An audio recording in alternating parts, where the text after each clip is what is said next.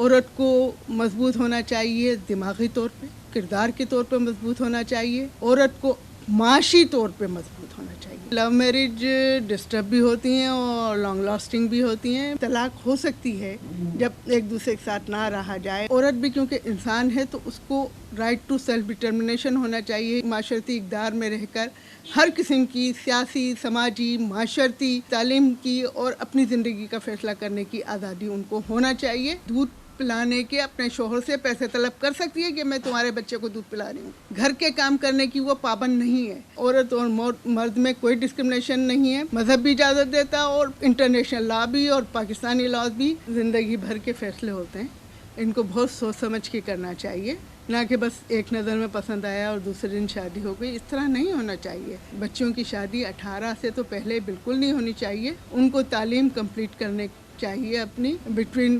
20 to 30 ان کی شادیاں ہو جانی چاہیے۔ طلاق کی یا خلا کی نوبت آ جاتی ہے تو اس صورت میں بچے بہت زیادہ سفر کرتے ہیں۔ میڈیا کا بہت ہی بڑا رول ہے، انہوں نے بہت ہی لیگل اویئرنیس دی ہے۔ لیفٹ اورینٹڈ لوگ تھے، وہ میڈیا میں آئے اور انہوں نے بھی اپنا رول پلے کیا اور ان چیزوں کو اجاگر کیا کہ کیا چیز بری ہے، کیا چیز اچھی ہے، اور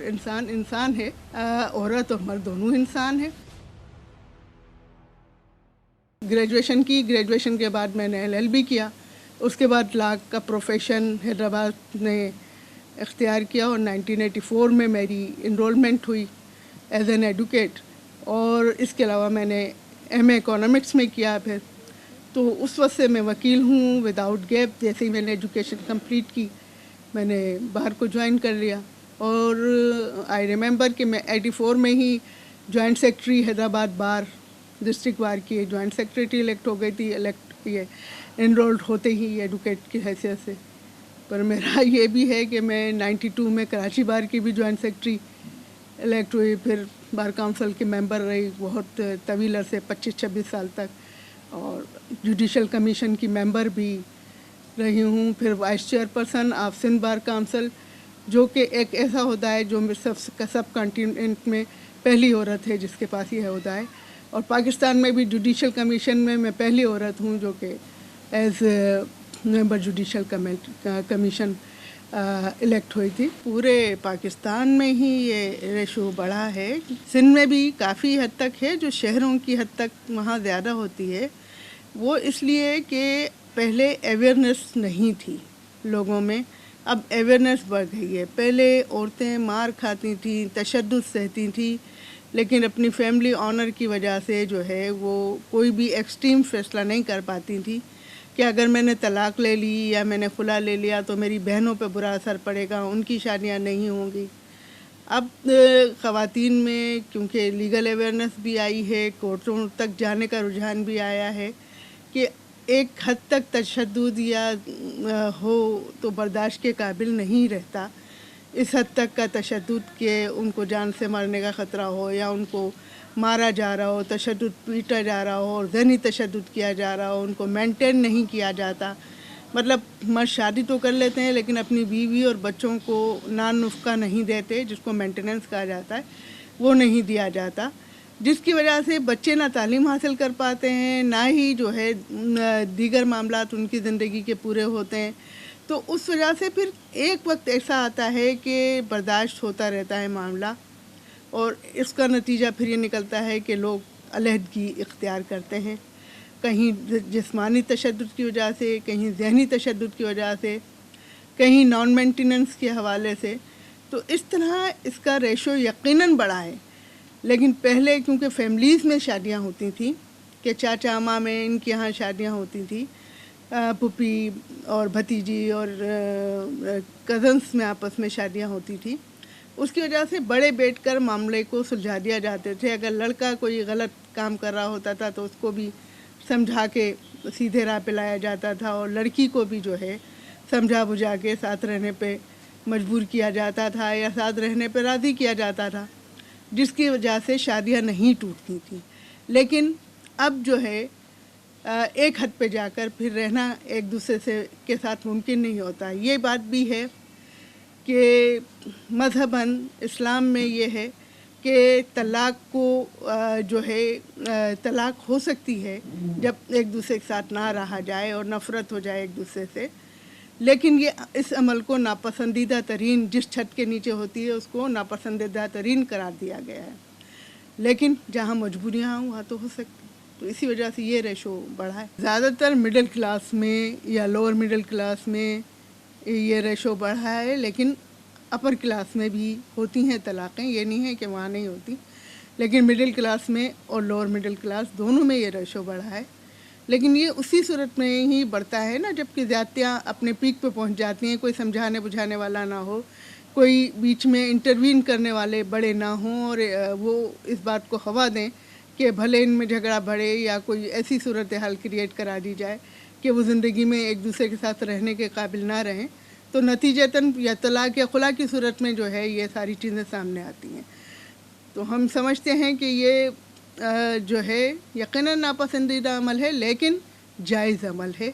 جہاں بالکل نہیں رہا جائے اور بالکل ایسی صورت حال ہو جائے جہاں بالکل طلاق جو ہے وہ ضرورت ہو جائے تو ہو سکتی ہے۔ لو میرج ڈسٹرب بھی ہوتی ہیں اور لانگ لاسٹنگ بھی ہوتی ہیں، بہت سی لو میرجز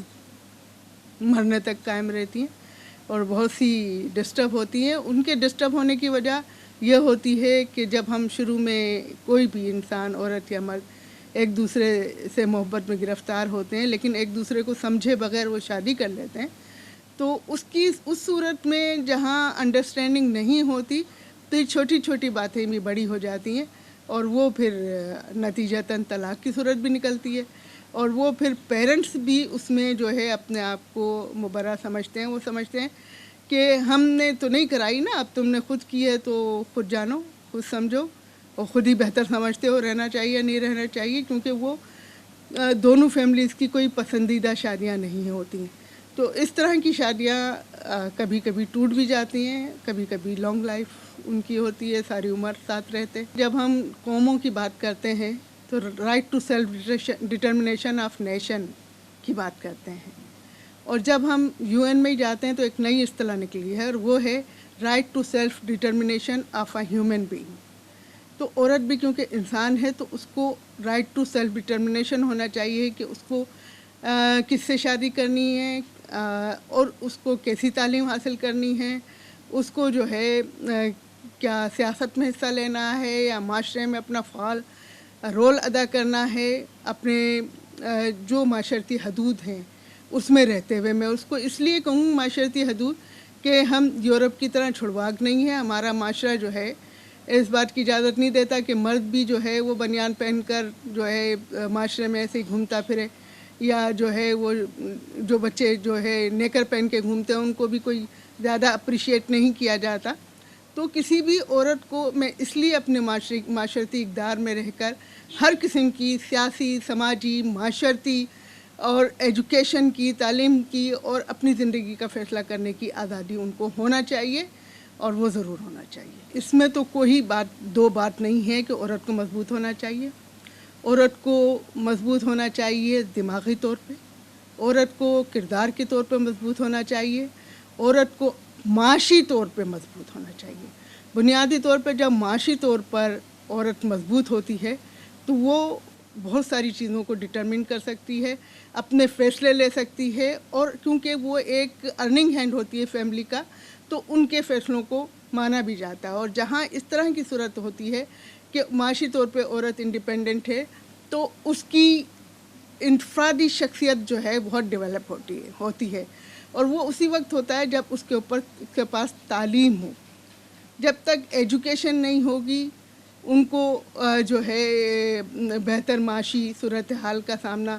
جو ہے وہ ڈپریویشن میں جائیں گی۔ جب وہ ڈپینڈنٹ ہوں گی کسی بھی اپنے گھر کی، اپنے مرد کی، اپنے ماں باپ کی، اپنے بھائی کی، تو نیچرلی پھر وہ اس کو پیٹریارکل معاشرے میں، پدرسری معاشرے میں اس کے ساتھ، وہ لڑکی کے ساتھ اس کو غلامانہ رویہ رکھا جاتا ہے بچیوں کے ساتھ، جو کہ نہیں ہونا چاہیے، کیونکہ مذہب بھی عورت و مرد کو ایک دوسرے کا حصہ سمجھا جاتا ہے مذہب میں بھی، اور اس کو سمجھا جاتا ہے کہ وہ دونوں برابر ہیں، اور ان کی برابری کی حیثیت یہ ہے کہ ان دونوں کے حقوق ایک جیسے ہیں، عورت کو مرد پہ اور مرد کو عورت پہ حق ہے، یہ نہیں ہے. بلکہ یہاں تک میں تو مذہب کی، ہمارے اسلام کی ایک بات پہ بہت وہ ہیں کہ اگر کسی کی شادی ہوتی ہے لڑکی کی تو اس لڑکی کو یہ ہرگز نہیں کہا جا سکتا کہ تم یہ کام کرو گی. گھر کے کام کرنے کی وہ پابند نہیں ہے. ایون وہ اگر دودھ پلاتی ہے تو دودھ پلانے کے اپنے شوہر سے پیسے طلب کر سکتی ہے کہ میں تمہارے بچے کو دودھ پلا رہی ہوں. تو جہاں اتنے حقوق ہیں، اور بھی معاشرے کے حساب سے ڈفرینٹ حقوق ایسے بھی ہوں گے جو اجتہاد کے ذریعے جو ہے انہیں بہتر کیا جا سکتا ہے. تو ہم سمجھتے ہیں کہ عورت اور مرد کی برابری لازمی ہے، لیکن عورت اور مرد کے ایک دوسرے پہ فرائض بھی ہیں کہ اگر مرد اس کو مینٹین کرتا ہے تو عورت اس کے گھر کو جو ہے صحیح سے چلاتی ہے، اس کے بچوں کی دیکھ بھال کرتی ہے. اگر وہ معاشی طور پہ انڈیپینڈنٹ نہیں ہے تب بھی اور ہے تب بھی، تو اس کی کوئی چھوٹی حیثیت یا کم حیثیت مرد سے ہرگز بھی نہیں ہے. مذہب بھی اجازت دیتا اور انٹرنیشنل لا بھی اور پاکستانی لاز بھی، اس میں عورت اور مرد میں کوئی ڈسکرمنیشن نہیں ہے. آرٹیکل 25 ہے کانسٹیٹیوشن آف پاکستان کا، جس میں لکھا ہے there shall be no discrimination on the basis of sex alone. مانا سیکس کی یا جنس کی بنیاد پر یا عورت اور مرد ہونے کے ناطے کوئی تضاد نہیں ہے عورت میں اور مرد میں، اور اس میں کوئی فرق نہیں ہے. تو جب ہمارا آئین، ہمارا قانون، ہمارا مذہب اور دوسرے مذاہب بھی عورت کو پورے حقوق دیتے ہیں، ایک جیسا انسان مانتے ہیں، تو میں اور آپ اپنی ذاتی اناؤں اور ذاتی خودی کی اور ذاتی احساس کمتری کی وجہ سے عورت کو کمتر سمجھیں تو یہ کوئی اپریشیٹیبل بات نہیں ہے. مین سبب میڈیا بھی ہے اور ہم بھی ہیں، ہم جنہوں نے ہیومن رائٹ کمیشن کی بنیاد ڈالی. میں فاؤنڈر ہوں human right commission of Pakistan کی، اور ہم نے چھوٹے چھوٹے علاقوں میں جا کر یہ اویئرنیس دی. مجھے یاد ہے ایک دفعہ میرا جانا ہوا گھوٹکی کے ڈہرکی میں، تو وہاں ہیومن رائٹس اور ویمن رائٹس پہ مجھے بات کرنی تھی. تو جب میں نے دیکھا تو بہت سارے افراد وہاں تھے، مرد حضرات، اور اتنی بڑی بڑی ڈاریوں کے ساتھ. تو میں نے سوچا کہ کس طرح ان کو میں بات کروں. پھر جب میں نے بات کرنی شروع کی تو دے ریئلائز ہوا یہ تھا کہ میں نے ان کو یہ کہا کہ جب ہم چوتھی اور دوسری اور تیسری شادی کی بات کرتے ہیں تو ہم کہتے ہیں کہ ہمیں اسلام نے یہ حق دیا ہے، لیکن جب اب بچی کی تعلیم کی بات ہوتی ہے تو اسلام میں تو یہ لکھا ہے کہ چین جاؤ تعلیم حاصل کرنا ہے، اس میں مرد اور عورت کی ڈسکرمنیشن تو نہیں ہے. اور جب ان کے حقوق دینے کی اور وراثت میں حصہ دینے کی بات کرتے ہیں تو آپ کہتے ہیں ہمارا کسٹم نہیں ہے. تو یہ کون سی دوغلی باتیں ہیں؟ یہ بھی اسلام میں ہے کہ ان کو وراثت دی جائے. تو اس طرح تو اس وقت ان لوگوں نے بھی ریئلائز کیا. تو یہ ایک جگہ کا واقعہ نہیں، کئی جگہ ایسا ہوا. جیسے ایک جگہ جیکم آباد میں کہہ رہی ہوں، تو ہیومن رائٹس کا کوئی پروگرام تھا، تو وہاں جو ہے ایک عورت بھی پارٹیسپینٹ نہیں تھی at that point of time. بہت پرانا عرصہ ہو گیا، تو وہاں نہیں تھی. تو پھر میں نے کہا کہ اب میں دوبارہ اس وقت آؤں جب یہاں پارٹیسپینٹ خواتین بھی ہوں گی اور ان کو آپ تعلیم دلائیں گے. تو ایک وقت ایسا آیا کہ کئی جگہ آدھے سے زیادہ خواتین پروگراموں میں ہونے لگیں. تو نہ صرف ہم نے کام کیا، لیکن اس کے ساتھ ساتھ میڈیا کا بہت بڑا رول ہے. میڈیا کا بہت ہی بڑا رول ہے. انہوں نے بہت ہی لیگل اویئرنیس دی ہے، ریڈیو پروگرام کے ذریعے، ٹیلی ویژن کے ذریعے، اور بہت سے کیونکہ پروگریسو جو لوگ تھے، جو لیفٹ اورینٹڈ لوگ تھے، وہ میڈیا میں آئے اور انہوں نے بھی اپنا رول پلے کیا اور بہت ایکٹیو رول پلے کیا، اور ان چیزوں کو اجاگر کیا کہ کیا چیز بری ہے، کیا چیز اچھی ہے. اور انسان ہے، عورت اور مرد دونوں انسان ہیں، تو ان کو ایک جیسا سلوک ہونا چاہیے، ان کو ایک جیسی تعلیم ہونی چاہیے، ان کی مرضی کے مطابق تعلیم ہونی چاہیے، ان کی شادیاں ان کی مرضی سے ہونی چاہیے، جس پر ابھی کم عمل ہوتا ہے. اگر کوئی ایسا کر لیتا ہے تو ان کو معاشرے سے کوئی اچھی نگاہوں سے نہیں دیکھا جاتا. لیکن یہ بھی دیکھنا چاہیے کہ وہ اللہ کی طرف سے دیا گیا وہ حق ہے، جو عورت استعمال کرے تو اس کو برا نہیں سمجھنا چاہیے، اس کا ساتھ دینا چاہیے کہ وہ اگر وہ کسی کو پسند کرتی ہے یا کوئی مرد کسی عورت کو پسند کرتا ہے تو اللہ کے حدود میں رہتے ہوئے ان کی شادیاں کر دینی چاہیے، تاکہ کسی معاشرے کو برائی کی طرف نہ دھکیلا جائے. عورت اور مرد اس وقت برائی کی طرف جاتے ہیں جب ان پہ